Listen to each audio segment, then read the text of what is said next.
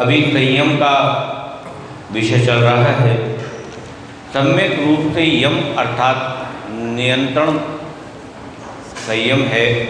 5 महाव्रत 5 सम्मतियों का पालन करना, क्रोध आदि 4 कषाय नहीं करना, 5 इंद्रियों को वश में रखना, दर्शन ज्ञान से परिपूर्ण होना संयम के लक्षण हैं। हमारे जो आचार्य हुए उन्होंने साधुओं के लिए और सावकों के लिए अलग अलग संयम के बांध बनाए।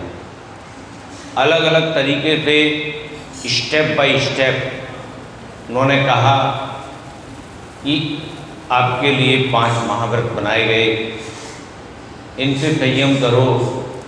फिर 5 समितियाँ बनाई गई।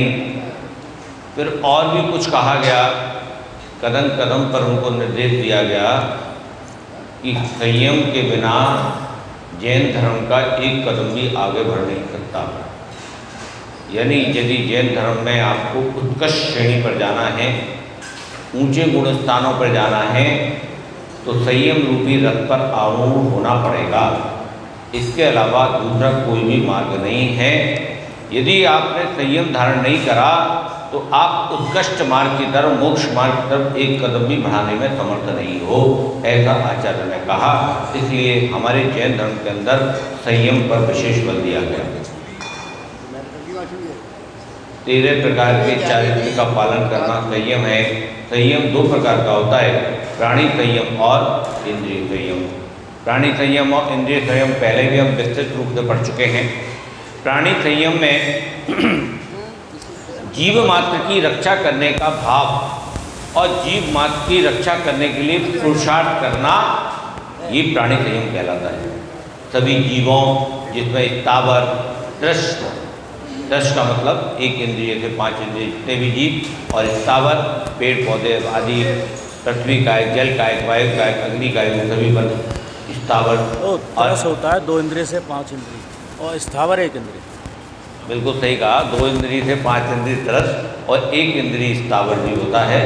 और इन सभी की रक्षा करने के लिए पुरुषार्थ करना और ऐसे भाव बनाना, ये सभी प्राणी संयम का कहलाता है। और दूसरा है इंद्रिय संयम। इंद्रिय संयम यानी हमारी 5 इंद्रिय और मन को वश में करना इंद्रिय संयम है। इन दोनों संयमों के द्वारा ही हमारी सम्यक रूपी जो नाव है वो संसार रूपी सागर में आगे बढ़ती है। संयम के 5 वे कौन कौन से? सामायिक संयम, मन वचन काय की हिंसा जनक क्रियाओं का त्याग करना, सब जीवों में समता भाव रखना, सुख दुख में समान भाव रखना, शुभ अशुभ विकल्पों का त्याग करना सामायिक संयम है। हाँ नहीं, स्वाध्याय अलग है। सामायिक तो ध्यान करना है। ध्यान करना सभी प्रकार के मन वचन कायक में जितने भी भाव आ रहे हैं, हिंसात्मक भाव आ रहे हैं, उन सबका त्याग करना। केवल शुभ अशुभ ही शुभ, जितने भी शुभ क्रियाएं हैं उस तरफ अपना ध्यान लगाना, भगवान के गुणानुवाद करना। नीचे चला, सामायिक पाठ चला था नीचे, आचार्य विनोद सागर जी ने कराया था, तो उसमें बताया था किस तरह सामायिक किया जाता है। भाई पंचम काल का जीव अधिक से अधिक 48 मिनट तक ही संयम कर पाता है। तीन टाइम संयम होता है, सुबह 5 बजे, दोपहर को 12 बजे और फिर शाम को 5-6 बजे के बीच में, ऐसे 3 टाइम सामायिक का। हाँ,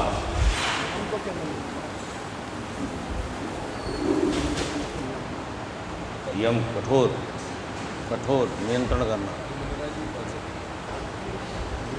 हाँ, छेदो स्थापना संयम, सामायिक से डिग जाने पर शुद्ध आत्मा के अनुभव में लगना और प्रमादवत व्रत आदि में दोष लगने पर प्रायश्चित आदि से उनका शोधन कर पुनः व्रतों में स्थिर हो जाना छेदो स्थापना संयम है। परिहार विशुद्धि पर संयम, प्राणी बद की निवृत्ति को परिहार कहते हैं। चारित्र की जिस विशुद्धि से हिंसा का पूर्ण रूपेण परिहार हो जाता है वे परिहार विशुद्धि संयम है। किसी भी प्रकार का जो है वो हिंसा का भाव नहीं आना चाहिए।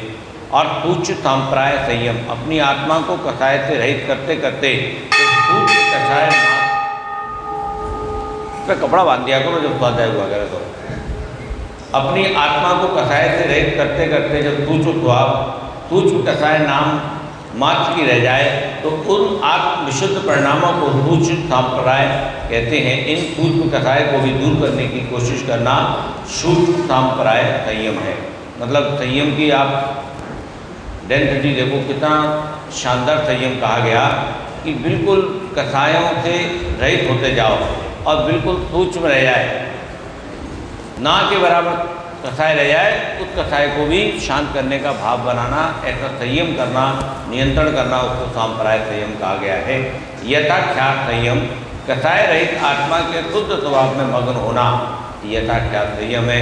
जब कसाय भी खत्म हो जाए, सब तरह की हिंसा भी समाप्त हो जाए और इधर उधर जो मन भाग रहा है वो भी कंट्रोल हो जाए, तो फिर वो रह जाता है यथाख्यात संयम।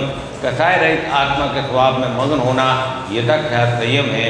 मोहिनी कर्म के क्षय अथवा उपशम होने से ये प्रकट होता है। जब तक मोहिनी कर्म रहेगा तब तक ये प्रकट नहीं हो पाएगा, क्योंकि मोहिनी कर्म के वशीभूत, जब मोहिनी कर्म है तो कसाय तो होगा, राग द्वेष तो होगा। अब राग द्वेष होगा तो कसाय होगी, और कसाय होगी तो ये वाला संयम नहीं हो पाएगा। तो ये संयम केवल मोहिनी कर्म के क्षय होने पर ही होता है। संयम के उपरोक्त 5 वेदों के अतिरिक्त मार्गणा की अपेक्षा से संयम के 2 वेद हैं जो निम्न प्रकार हैं। संयमा संयम, इसको देश संयम भी कहते हैं। सम्यक दर्शन के साथ 5 पापों का एक देश त्याग संयमा संयम है।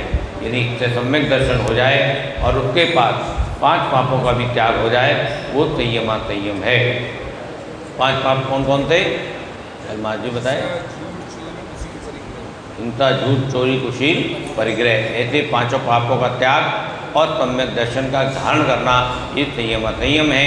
असंयम स्थावर व तत् हिंसा से व्रत नहीं होना असंयम है। देवगति नरक गति में संयम धारण नहीं किया जा सकता और त्रियंच गति में भी आंशिक संयम ही धारण किया जा सकता है। अतः इन गतियों के जीवों को मोक्ष नहीं होता। मनुष्य गति में पूर्ण संयम धारण किया जा सकता है, अतः मनुष्य गति में ही मोक्ष प्राप्त हो सकता है।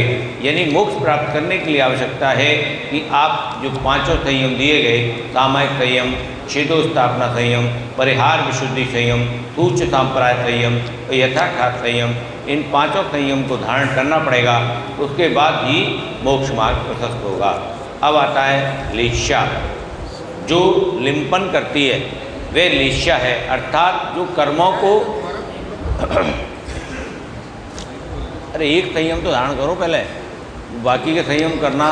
आप सामायिक संयम करो पहले, ये अभी आगे के 4 संयम करना आपके सामर्थ्य में नहीं है। आप पहले सामायिक करना सीखो, सामायिक कर लोगे तो उसके बाद ये वाले संयम शुरू होंगे।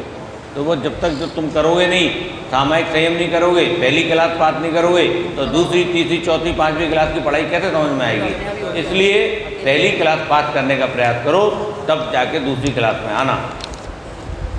लेश्या, जो लिंपन करती है वे लेश्या है, अर्थात जो कर्मों को आत्मा से लिप्त करती है, जो कर्मों को आत्मा से लिप्त करती है वह लेश्या है, जिसके द्वारा आत्मा पाप पुण्य से अपने को लिप्त करती है, इसे लेश्या कहते हैं। जैसे मट्टी, गेरू आदि के द्वारा दीवार रंगी जाती है, उसी प्रकार शुभ अशुभ भाव रूपी लेप के द्वारा आत्मा का परिणाम लिप्त किया जाता है, वो लेश्या कहलाती है।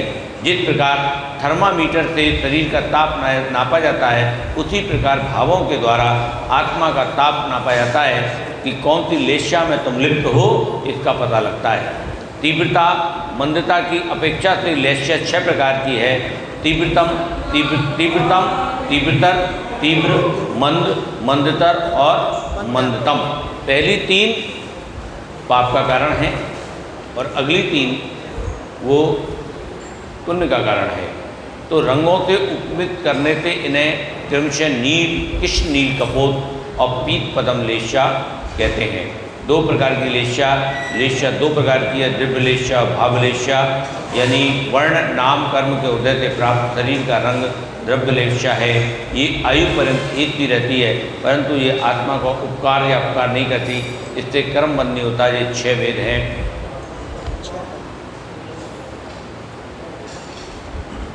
पहला कृष्ण, नील, कपोत, पीत, पदम, शुभ। और भावलेश्या मन वचन काय से जो भी क्रिया हम करते हैं वे किसी न किसी कसाय से प्रेरित होती है।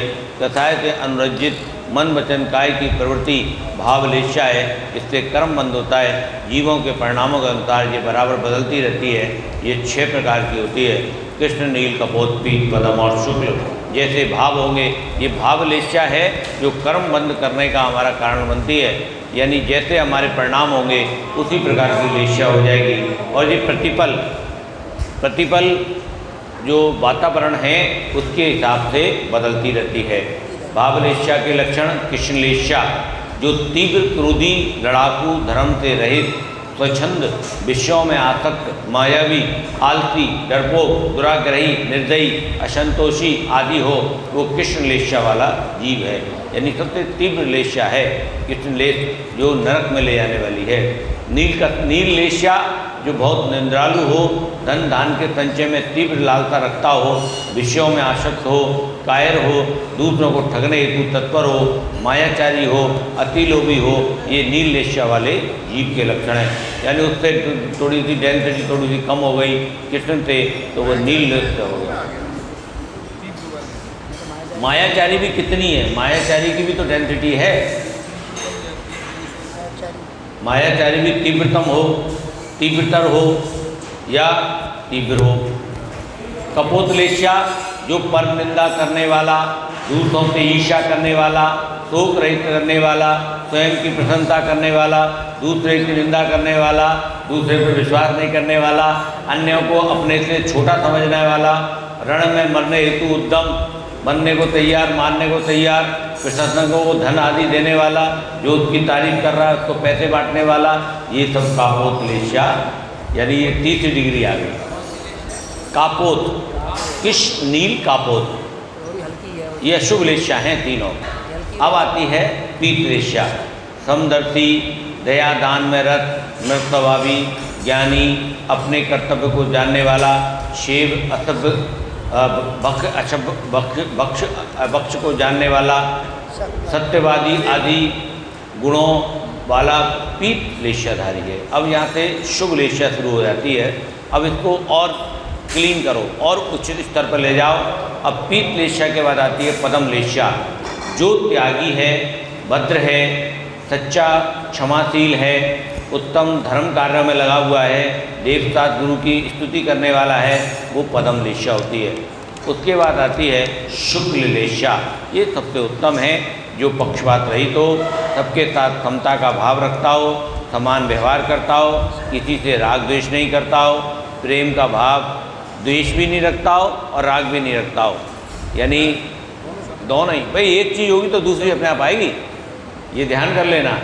यदि आप राग रखोगे तो बगल में तुम्हारे द्वेष संग चल रहा है छाया की तरह। शत्रु के दोषों पर दृष्टि नहीं डालने वाला, पर की निंदा नहीं करने वाला, पाप कर्मों में उदासीन रहने वाला, ऐसा जीव शुक्ल लेशा का धारी होता है। ये श्रेष्ठम लेशा होती है। 6 भाव लेशाओं को दृष्टांत। अब देखो ये उदाहरण दिया है, बहुत अच्छा उदाहरण है, इसको सुनो, ध्यान से सुना करो। किसी फलदार वृक्ष को देखकर 6 व्यक्तियों के मन में विभिन्न भाव आ सकते हैं, जो उसकी लेशा को दर्शाते हैं। पहला आ गया, वृक्ष को जड़ से काटकर सारे फल मुझे मिल जाएं। ये कौन सी लेशा हो गई? कृष्ण लेशा। ये पेड़ खड़ा है, उस पेड़ पे फल से लबालब भरा हुआ है। अब कृष्ण लेशा वाला जीव जो होगा वो ये भाव करेगा कि इस पेड़ को जड़ से काटकर मैं अपने घर ले जाऊं और आराम से इसके फल खाता रहूं, किसी को नहीं दूँ। दूसरा आएगा, वृक्ष के जिस स्कंद पर खूब सारे फल लदे हैं उस डाली को तोड़ के मैं ले जाऊं। तो ये कौन सी हो गई? नील लेशा। हाँ, थोड़ी हल्की हो गई उससे। और तीसरा हो गई, जिस बड़ी टहनी पर फल लदे हैं उस टहनी को तोड़ के ले जाऊं। दूसरा कह रहा है वो बहुत बड़ी स्कंद को, मतलब पेड़ के हिस्से को। ऐसा होता है ना, कभी कभी पूरे पेड़ पे फल नहीं होते हैं, आधे पेड़ पे फल होते हैं, आधे पे कम होते हैं। तो वो कह रहा है जिस पक्ष में, पेड़ के पक्ष में ज़्यादा फल लगे हुए हैं उस फल को पूरे को काट के ले जाऊं। लेकिन ये जो कपोत वाला है, ये कपोत वाला ये कह रहा है कि जो टहनी पे फल लगे हैं इस फल को मैं तोड़ के ले जाऊं। अब चौथा कह रहा है, तीसरा कह रहा है जिस बड़ी टहनी पर फल लगे, ये बड़ी टहनी कह रहा है। अब जो चौथा कह रहा है जिस छोटी टहनी पर फल लगे हैं उस छोटी टहनी जिसमें 8-10 फल लगे हैं उस फल को तोड़कर ले जाऊं। पांचवा कह रहा है पेड़ से केवल फलों को तोड़कर ले जाऊं। ये कौन सा हो गया? पदम लेस्या वाला कह रहा है कि मैं पेड़ पर चढ़ूं और आम तोड़ के ले जाऊं, ऐसा उसका भाव है। और जो शुक्ल लेस्या वाला है वो क्या भाव कर रहा है कि जो फल पक कर टूट कर जमीन पर गिर गए हैं मैं केवल उन्हीं को ले जाऊं। कितना अंतर हो गया? ये हो गया शुक्ल लेस्या हो गया, सबसे हल्की लेस्या है, सबसे शुभ लेस्या है। तो ये इस उदाहरण के द्वारा इन लेस्याओं को समझा जा सकता है। इस प्रकार उन व्यक्ति के भाव तो सभी के फल प्राप्त करने के हैं, किंतु सुनो, फल प्राप्त करने हेतु वे पेड़ को क्रम से कम हानि पहुंचाना चाहते हैं। यानी फल तो सबको मिला, आम तो सबने खाया, लेकिन आम खाते समय सबके भाव क्या हुए, ये इंपॉर्टेंट है। ये लेस्या हमें सिखाती है कि आपको कर्म पुरुषार्थ करते समय किस तरह के भाव रखना चाहिए, इस उदाहरण से हमको समझाया गया है। और हर कार्य में ऐसा नहीं कि जैसे हम लड्डू चढ़ा रहे हैं, अब मान लो 6 लड्डू हैं और चढ़ाने वाले 60 हैं, तो हमने आया वो सबसे कृष्ण लेस्या वाला आया, उनने कहा मेरे घर में तो 6 लोग हैं, उनने 6 लड्डू उठाए और रात से चढ़ा दिए। ऐसा नहीं होना चाहिए भैया, एक तू ले ले, 5 तू मिलके चढ़ा ले, 5 तुम मिलके चढ़ा दो, 5 में। ऐसा भाव रखना चाहिए, समता का संभाव रखना चाहिए, सभी को फल मिल जाए। ये जो लेस्याएँ हैं ये हर क्रियाओं में लागू होती हैं, आम खाने में लागू नहीं होती। केवल ऐसा नहीं है कि आपने आम खाए उसी में लागू हो, हर दैनिक क्रिया जितनी भी हैं हर क्रिया में ये भाव लागू होता है, और इसी का नाम है जियो और जीने दो। जिस प्रकार ये भाव उत्तरोत्तर विशुद्ध होते हैं, उसी प्रकार कृष्ण आदि लेस्या वालों के भाव भी उत्तरोत्तर विशुद्ध होते हैं। किश शुभ और अशुभ लेस्या, 6 लेस्याओं में पहली 3 अशुभ हैं और बाद की 3 शुभ हैं। बोलो शांतिनाथ भगवान की। कल और पढ़ेंगे विस्तार से। या वाणी के ज्ञान से तू जय लोकालो, वाणी मत जरूर ये वाणी वाणी तो जय